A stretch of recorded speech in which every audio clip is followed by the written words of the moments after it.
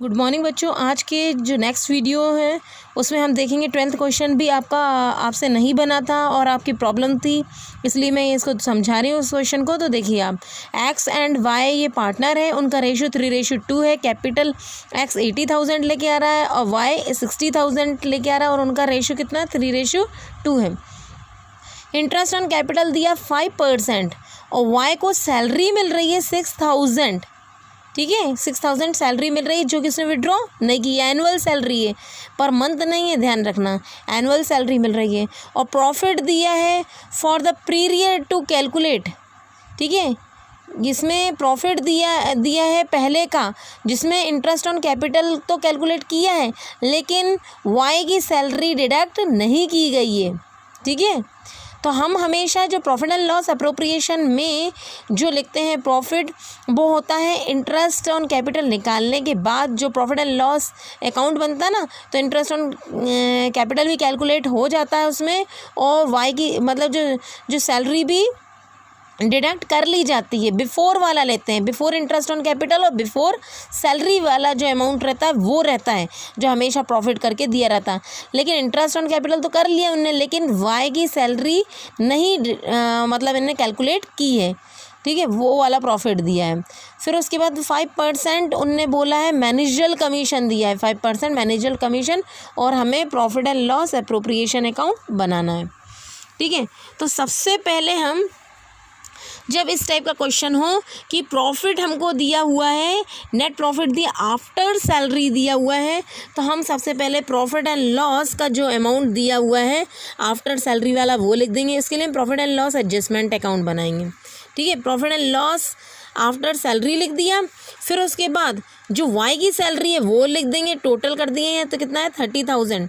Managerial commission हमेशा profit and loss account में calculate किया जाता है, ना कि प्रॉफिट एंड लॉस अप्रोप्रिएशन में। ध्यान रखना, मैनेजरल कमीशन काय में निकाला जाता है, प्रॉफिट एंड लॉस अकाउंट में। हम मैनेजरल कमीशन निकालते थे ना, वो कब निकलता था, profit and loss net profit पे निकलता था ना। ठीक है, तो हमने जो नेट प्रॉफिट आफ्टर सैलरी लिखी, फिर वाई की सैलरी लिखी, टोटल आया 30,000, ये टोटल प्रॉफिट हो गया।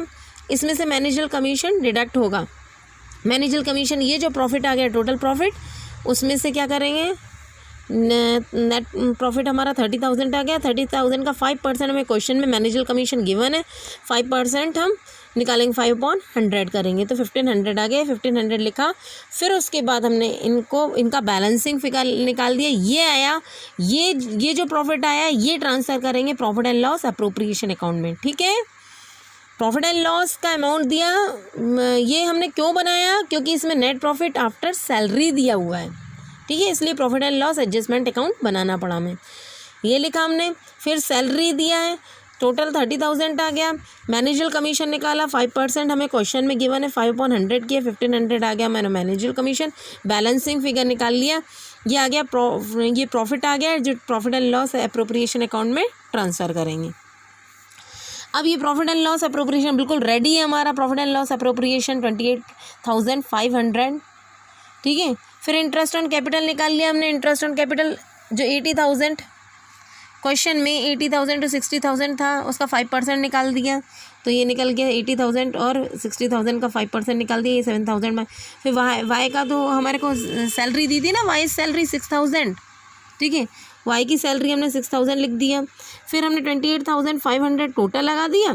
फिर ये 7,000 और 6,000 का टोटल किया तो कितना है 13,000। ये 28,500 में से माइनस करके हमने बैलेंस निकाल दिया, तो हमारा प्रॉफिट आ गया 15,500 हमारा प्रॉफिट आ गया। अब ये बांट दिया एज पर रेशियो 3:2 क्वेश्चन में हमको गिवन है। 3/5 और 2/5 करके 15,500 को 3/5 और 2/5 के हिसाब से डिस्ट्रीब्यूट कर दिया, तो यह आ गया 9,300 और 6,200। ठीक है, आई थिंक आपको समझ में आ गया होगा। बस ये इसमें मेन चीज़ ध्यान रखना कि जब आपको प्रॉफिट जब क्वेश्चन में दिया हो कि प्रॉफिट जो है दिया है आपका आफ्टर सैलरी दिया है, ठीक है, हम बिफोर इंटरेस्ट ऑन कैपिटल और बिफोर सैलरी लेते हैं, तो ये आफ्टर सैलरी दिया है, बिफोर इंटरेस्ट ऑन कैपिटल तो है, आफ्टर सैलरी दिया है, इसलिए हमने सैलरी का कैलकुलेशन इसमें किया है। Profit and loss adjustment account बनाया हमने, प्रॉफिट एंड लॉस लिखा आफ्टर सैलरी, फिर सैलरी लिखा, फिर 30,000 इसका टोटल आ गया। फिर मैनेजर कमीशन हमेशा प्रॉफिट एंड लॉस अकाउंट में कैलकुलेट किया जाता है, ना कि प्रॉफिट एंड लॉस अप्रोप्रिएशन में। इसलिए हमने फिर जो 30,000 आया नेट प्रॉफिट उसका 5% निकाला, तो ये मैनेजर कमीशन आया। फिर बैलेंसिंग फिगर रहेगा वो नेट प्रॉफिट रहेगा, वो बिफोर इंटरेस्ट ऑन कैपिटल और एंड सैलरी निकल गया है अपना, ठीक है। और ये डाल देंगे सीधे इसमें, और बाकी तो आपको आता है, ठीक है। Thank you.